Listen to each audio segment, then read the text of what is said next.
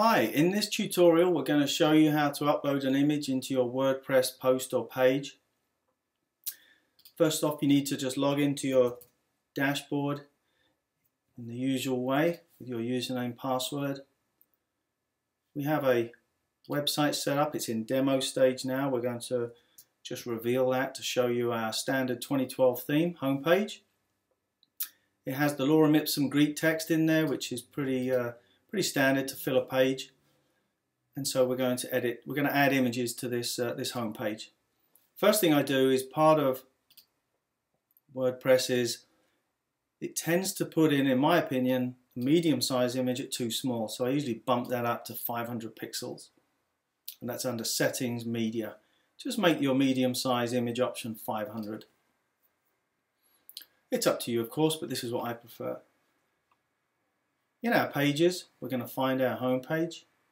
You can, of course, add images to posts in the same way. But these are your blog posts, but we're going to do the home page, which is right here, and you'll see the Greek text, which is all the same here. Now, sometimes WordPress will just show you one row of icons. You have to click this last one to show hide kitchen sink, which reveals a second row. I'm not sure why WordPress does it, but always pop that open, it catches people out. So we're going to add media. We're going to position our cursor where we want the image. Add the media. We have an image already up on the server, which is the beach toys. We could put this one in. Thumbnail, medium, full size. But we're not going to. We're actually going to upload a file. We've got one here. Now it has selected both images. We don't want to put both images into the post, so we're going to uncheck beach toys, and you can see that the information on the right is for that. Reveals baby hand, and it shows the original file name. Now you need to change this. Every image on your server in your WordPress media library needs to be named correctly. The title is important because it allows WordPress to search.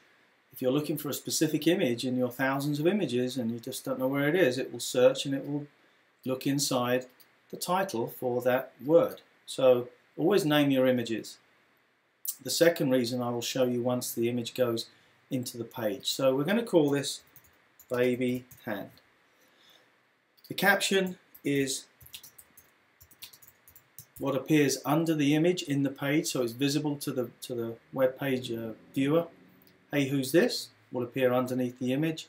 And the alt text is important because it tells the browser what the image is about, and it helps screen readers describe the image to people who are visually impaired. So we put baby hand photo into their alt text. The description is more of a personal amendment to the file for your use only, so we might just put photo of newborn in 2012. Down here we can add an image which is already aligned, but we can put it in at none. We'll change it once it's in. It can link to, sometimes it goes in, it links to itself by default, which I tend to think is unusual and not really needed. But you can link to a larger file. Maybe you're putting a thumbnail in and you want to link through to a larger image. If you upload a PDF, it also needs to have a link to itself. Excuse me, which I tend to just put none. You can link to a web page as well if you want to, but I tend to put none in here. You put a thumbnail in, medium size, full size, you get your 3 image choices. I'll just put this image in at medium size with no alignment, not linking anywhere, and it's all described and got correct text in here. So I'm going to insert that into the page. There she is with our tagline, our caption. One thing I've noticed about WordPress is it tends to forget the title. I don't know why, but it might just be a small bug that needs to be fixed. But I have to put this back in. So now we have our title, our alt text, and our caption with no description. It's not needed, no alignment. We're going to put it in. So we have our tagline, which is right here under the image. We're going to update that. And I'll show you what that looks like in the page.